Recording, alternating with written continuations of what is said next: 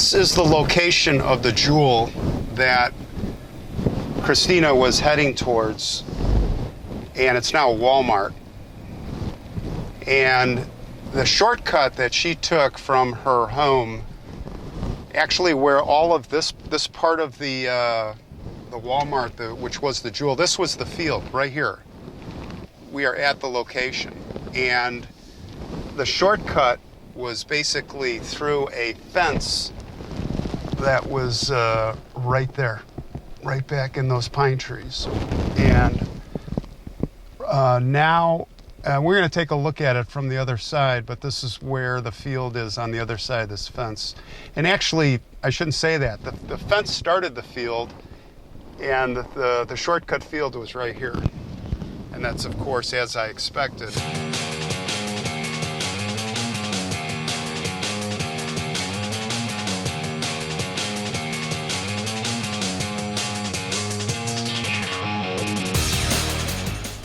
Cypress is the street where, and I'm not going to point out the house. I don't want to do any disrespect to the people living there now, but this basically we are here. This is where Kristina walked from, right here, and we're going to follow the path that she walked. She walked down up Cypress here. The neighborhood, I can tell you these neighborhoods have probably looked very similar to this, except that the trees were all tiny. Let's take a look. This, where this guardrail is,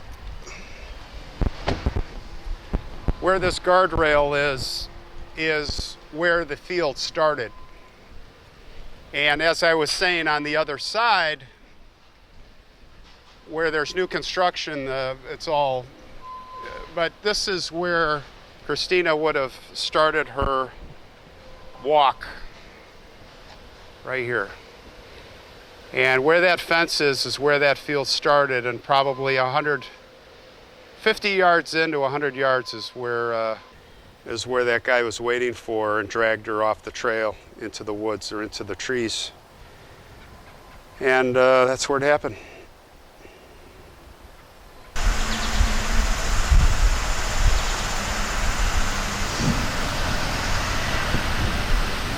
Kristina Wesselman was only 15 years old. She was at home with her mom for the day, and they were going to spend a special day watching old movies. And Christine said, you know what, I want to run to the store. I want to get a candy bar or get some munchies and before we watch the movies.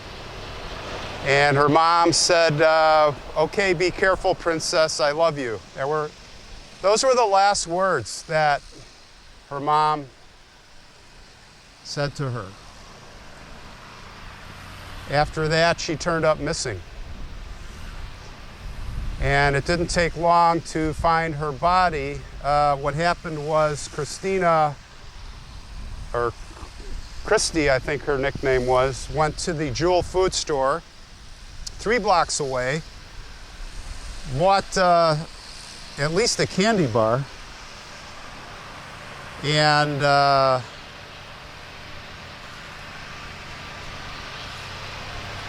this is a great picture. Emerald.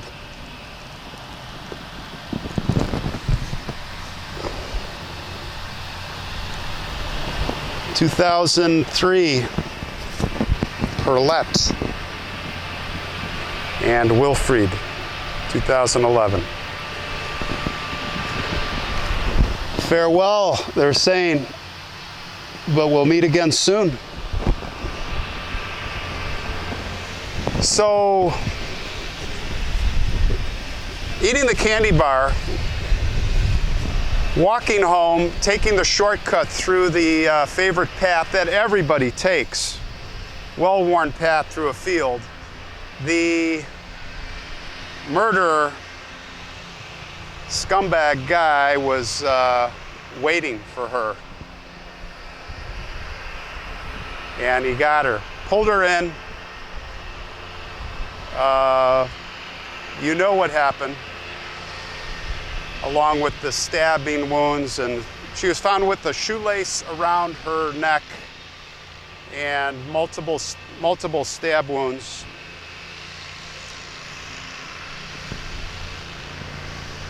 And of course, there were just no witnesses, no cold case. Didn't take long. Now we have DNA. You know what was sad, by the way, or eerie, or her half-eaten candy bar was still on the trail where she was hit, or near the trail. This is Bobby Boy, Robert Gallagher. He was a man's courage. Boy, that's beautiful.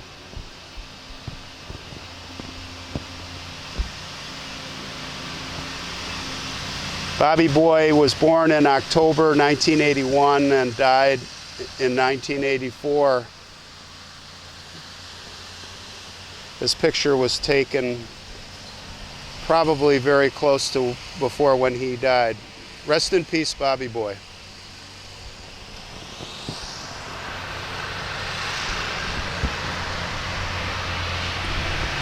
Now we fast forward and we've got all this cold case stuff, DNA, cold case. Really the first plateau in the 2010 to 2000 of that decade, we had all criminals fingerprinted and DNA swabbed. Felonies are better. And then, and that's what it took. That actually worked for this killer. But now we've got the Ancestry.com. I love seeing that, by the way, everybody. And we're going to see a lot of this year, next year. I mean, this just started the last couple of years. They were hitting Ancestry and all these other familial DNA, matching families, narrowing down. I just love it. I love it. I'll do as many of those as I can, documentaries. But they got this guy. He lived in Champaign. He lived in Champaign at the time. This is about 150 miles south of here. Illinois, University of Illinois, actually, is where that is. Anyway, he was up here for some reason, so never to be a suspect. And look at this.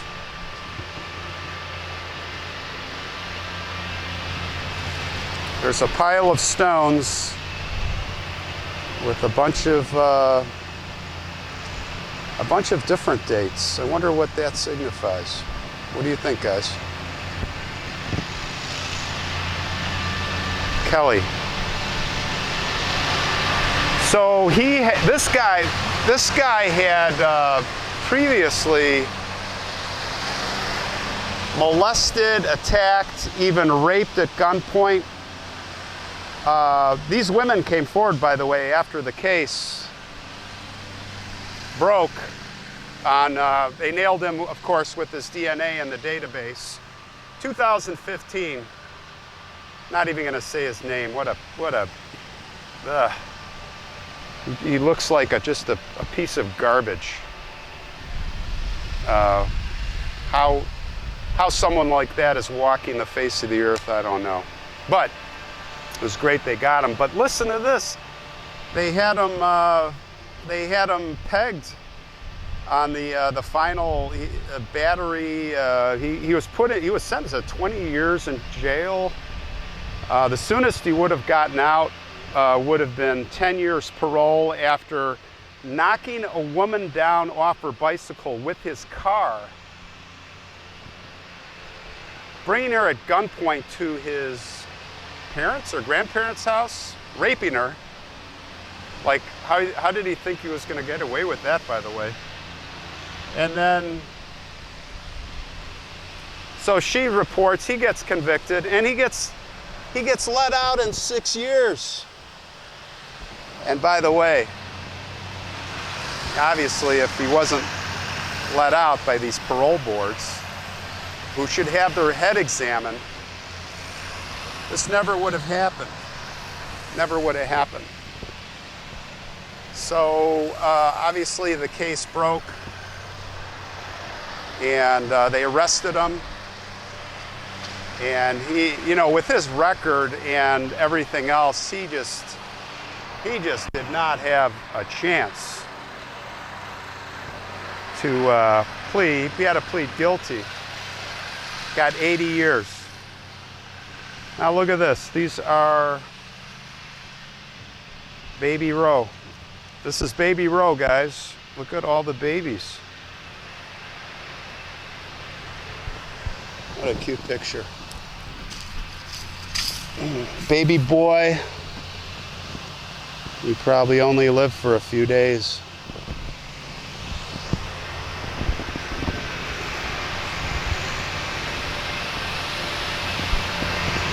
So he's put away. That guy's put away.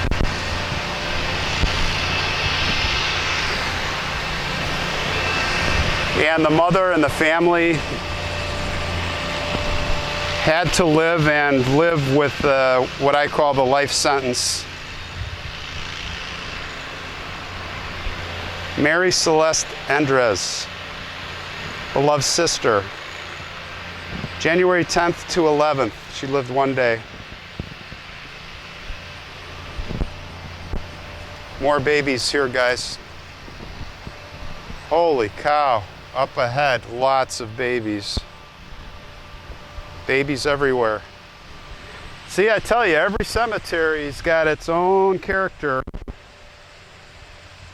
It's quite amazing. Well, this is where Kristina is. This is Kristina's final resting place. Our little princess.